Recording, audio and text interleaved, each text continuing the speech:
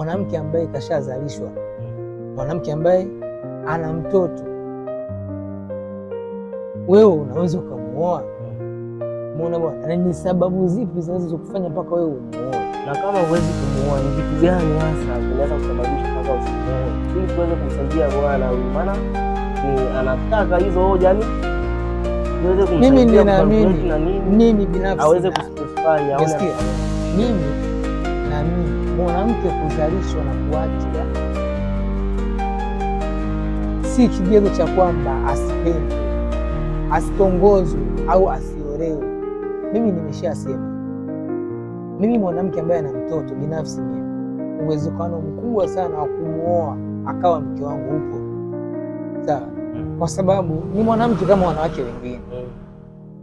Je, wewe audience unasema yule mtoto sio dhambi, japo kwamba hana baba yake? Umeona bwana, unajua mpaka wanakuja kuachana wa watu, kuna sababu kubwa sana, hawachani bure bure.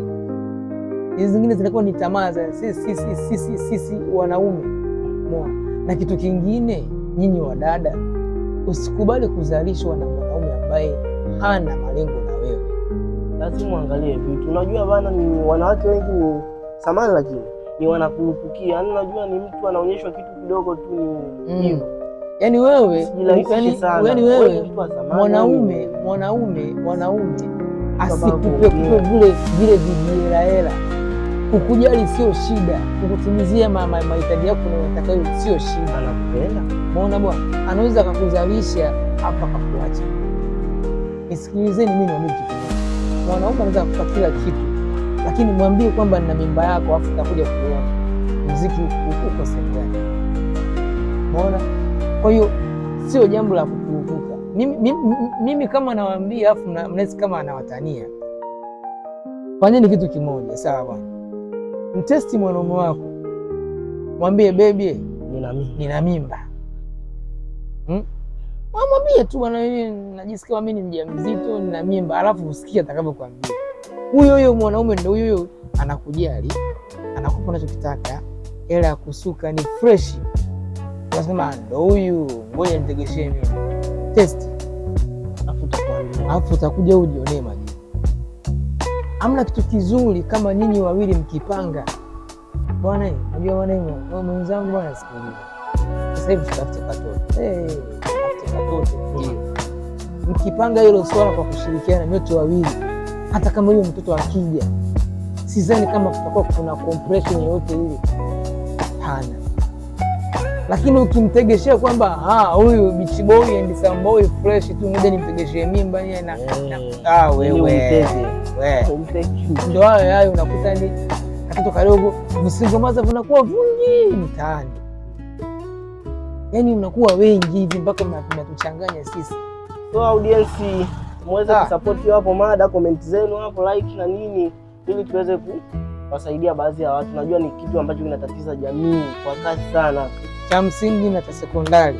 Sawa bwana, watoto wa kike, yaani msiwe wadhaifu kwa hizi mia vichenji mwanaume anavyokupa kiasi kwamba huyu ndo tayari huyu ni mzalie. Hapana, mwanaume anaweza kukuzalisha alafu akakukimbia vizuri. Calculating vizuri, mtulie. Unakuta mimi kijana, mimi ndo mwanamke wangu wa maisha, ndo tayari ushaozalisha watoto wawili. Use mimi bwana, kama wewe single mother una mtoto, ukiniheshimu mimi ukanirespect, kama mume wako kanisikiliza, mimi nakuchukua na kuoa, unakuwa mke wangu. Mimi mwanamke ambaye ana mtoto kwangu sio kigezo, mimi nakuoa. Mtoto hana shida, mtoto hana dhambi, mtoto hana dhambi, ana baba yake anajulikana fresh. Lakini mwanangu sometimes ukiwa mwanamke ambaye ana mtoto baba kipengele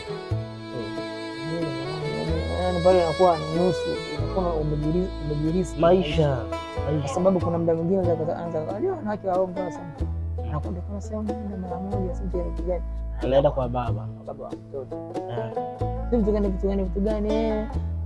Ukimuuliza vipi unawasiliana naye, sio wasiliana naye, nimeshapata namba, ndio kupambana na chat. nampeleka mtoto akamwone babake, nawahi kurudi. Akishafika kule unafikiri atakuja bure? Sasa mtoto anamuona baba, lazima yaani hiyo ni lazima mambo yapo wapashe kipolo kidogo, safi. Alafu ukija huku, unaona mimi nasemaje, sometime bwana, hawa watu tuache tu waende.